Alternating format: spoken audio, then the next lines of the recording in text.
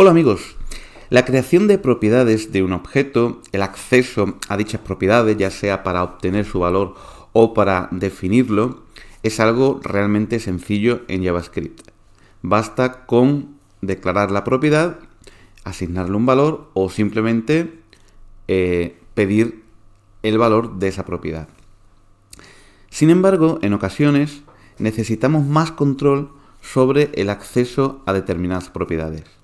En este vídeo vamos a mostrar algunas estrategias que nos permiten llevar a cabo ese control. Controlar el acceso a una propiedad significa ejecutar algún tipo de código antes de definir esa propiedad o cuando se está pidiendo el valor de esa propiedad. ¿Por qué razón podemos querer hacer esto? Pues por muchas razones. Las más típicas pueden ser pues para realizar algún tipo de validación antes de definir el valor de la propiedad, porque queramos hacer algún tipo de registro del acceso a esa propiedad, ya sea pues imprimirlo en la consola de JavaScript o en algún tipo de base de datos para saber qué se está haciendo a esa propiedad. Otra razón puede ser pues porque la propiedad realmente se obtenga como resultado de un cálculo determinado. Un ejemplo claro es la propiedad gravedad en el objeto Júpiter, que se obtiene como consecuencia de aplicar pues una fórmula sobre las propiedades existentes. En fin, son muchas las razones por las que podemos querer hacer esto. Para todas las explicaciones que vienen a continuación, es conveniente que clasifiquemos las propiedades de un objeto en JavaScript en dos tipos, que llamaremos atributos y funciones o métodos. Un atributo sería una propiedad pues que simplemente devuelve un valor, mientras que un método o función pues sería una propiedad que tiene asociada una función que requiere de algún tipo de cálculo y devuelve algo en función de esos cálculos que hace. Por ejemplo, en el caso de este objeto que tenemos aquí, Júpiter, pues los atributos, tal y como los acabo de definir, serían nombre, radio y masa. Mientras que las funciones o métodos de ese objeto serían gravedad y distancia a. En este vídeo, cuando hablamos de controlar el acceso a una propiedad, nos referimos de controlar el acceso a un atributo, es decir, a una propiedad que pretendemos que nos devuelva un valor determinado, concreto. Esta clasificación además no es arbitraria, quiero decir, la forma de acceder a una propiedad, dependiendo de que sea un atributo en el sentido que lo hemos definido o una función, es distinta. Para un atributo simplemente indicamos el nombre del atributo y obtenemos la propiedad. Y si queremos cambiarla, pues simplemente hacemos una nueva asignación y listo, la cambiamos. Sin embargo, para acceder a una propiedad que es una función, necesitamos indicar el nombre de la propiedad y utilizar los paréntesis, ya que estamos invocando a una función. Y llevará argumentos o no, pues dependiendo de cómo sea la función. Una primera forma, la más inmediata, de resolver el problema del control de acceso a propiedades es definiendo algún tipo de función en el propio objeto que me sirva para definir el valor de la propiedad o para obtener el valor de la propiedad. Vamos a comenzar poniendo un ejemplo con la propiedad masa del objeto Júpiter. Si quiero asignar la masa al objeto Júpiter de forma que se lleve a cabo primero un control, pues de que estoy metiendo un número, de que posiblemente pues la masa está entre ciertos valores, en fin, hacer el tipo de proceso que yo quiera, podría añadir una nueva función que se llame setMassa. La función sería algo así como mostramos ahí, una función que depende de un argumento que representa la masa. Primero haríamos el control de que ese argumento es correcto, por ejemplo, que debe ser un número, y si es correcto entonces se establece. En caso contrario, pues no permitimos que se establezca el valor del atributo masa.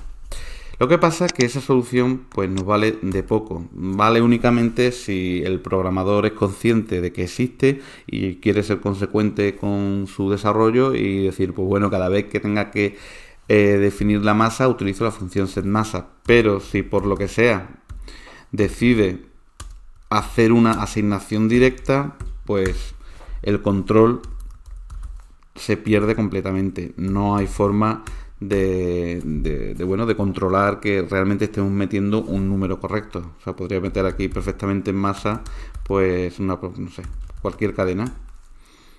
Y se lo traga, obviamente, porque no hemos utilizado la función setMassa. En los lenguajes de programación orientados a objetos clásicos existe la posibilidad de declarar a los atributos como públicos o privados, de forma que un atributo privado únicamente puede ser accedido desde el código del propio objeto, pero no cuando estamos utilizando el objeto para hacer operaciones con él. En JavaScript, desgraciadamente, pues no existe el concepto de de atributo o método privado o público.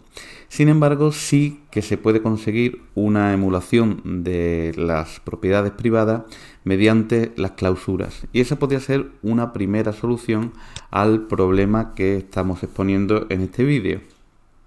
La cosa es que para poder hacer esta emulación de propiedades privadas no podemos utilizar objetos definidos como literales. Tenemos que utilizar objetos que se construyan a través de funciones constructoras. Siguiendo con nuestro ejemplo de los planetas, pues la solución que estoy proponiendo es la que muestro a continuación. Esa función planeta la vamos a utilizar como constructora de objetos planeta y en ella hemos definido tres variables: nombre, radio y masa. Le he colocado a esas variables un underline delante simplemente para indicar que harán las veces de propiedades privadas. Esas variables obviamente son únicamente accesibles desde dentro de la función planeta. Cualquier objeto que construyamos con esa función tendrá varias propiedades, concretamente setMassa, getMassa, gravedad y distancia, que son 4 funciones, pero no tendrá acceso, al menos directamente, a las variables nombre, radio y masa. Sin embargo, sí que tendrán acceso a través del concepto de clausura, que es algo que ya vimos en la unidad dedicada a las funciones. La forma de poder manipular esas variables y de devolverlas es utilizarlas en las funciones setMassa y getMassa. En la función setMassa ya podemos hacer la comprobación de que realmente el argumento que estamos pasando es correcto, y si es así, pues definimos el valor de la variable de masa con el valor del argumento. Y cuando pedimos la masa a través del de la propiedad getMassa, pues simplemente devolvemos el valor de esa variable masa. Lo importante aquí es darse cuenta que a esa variable puedo acceder desde las funciones setMassa y getMassa, pero el objeto que yo construya con la función planeta no puede acceder directamente a ellas, solo a través de las propiedades set y get que he definido para la ocasión. Vamos a comprobarlo. Si construyo un objeto Júpiter con el constructor planeta, ahí lo tengo, con todas sus propiedades, vemos que ni nombre, ni radio, ni masa aparece ahí. Obviamente no se han asignado a el argumento implícito dis, simplemente se han asignado a dis las funciones setMassa, getMassa, gravedad y distancia. Pero sin embargo sí que puedo cambiar el valor de la masa de Júpiter, pues simplemente utilizando la función setMassa. Si ahora yo pido el valor de la masa a través de la función, pues obtendría el valor que acabo de definir. Y si intento, por lo que sea, hacer algo no permitido, pues directamente no habrá ningún cambio en la propiedad masa. Y lo mismo podríamos hacer con el radio y con el nombre. Y de esa manera, pues hemos conseguido controlar el acceso a propiedades que, actúan como propiedades privadas. Ya digo que el problema de esto es que no podemos hacerlo directamente con objetos definidos como literales, sino que tenemos que hacerlo con funciones constructoras, ya que estamos utilizando el concepto o el mecanismo de clausura, y para poder utilizar el mecanismo de clausura necesitamos una función. Esta solución basada en clausuras es bastante buena cuando queremos emular el comportamiento de propiedades privadas, o también cuando por alguna razón tenemos alguna variable que queremos ocultar al mundo exterior, pero que queremos manipular desde dentro del objeto. El caso más típico es el de algún estado del objeto que queramos ir gestionando a medida que el objeto evolucione. Sin embargo, cuando lo que queremos realmente es controlar acceso a propiedades, que son atributos, JavaScript ofrece una solución mucho mejor, que se conoce con el nombre de getters y setters. En este ejemplo mostramos cómo definir getter y setter para la propiedad masa del objeto definido como un literal Júpiter. Vemos que no son más que dos funciones. La primera función, get, se llama como la propiedad que queramos que nosotros se llame, en este caso masa, y consiste en una función que no tiene ningún argumento, y esa función debe devolver algún valor. Por otro lado, la función set también se llama masa, pero en este caso tiene como argumento un solo valor, y ese solo valor es el que se utilizará para definir el valor de la propiedad que nosotros queramos. ¿Y cómo funciona esto en la práctica? Pues lo importante, y de ahí viene el poder semántico que esto tiene, es que seguimos utilizando la propiedad masa como si fuese una propiedad de tipo atributo, normal y corriente. Es decir, si queremos obtener el valor de la propiedad masa, pues simplemente hacemos esto. No tenemos que indicar los paréntesis de función. El objeto ya sabe que se trata de la función getter y que tiene que ejecutar la función get. De hecho, ahí vemos cómo se ha producido en la impresión por consola de la cadena getter.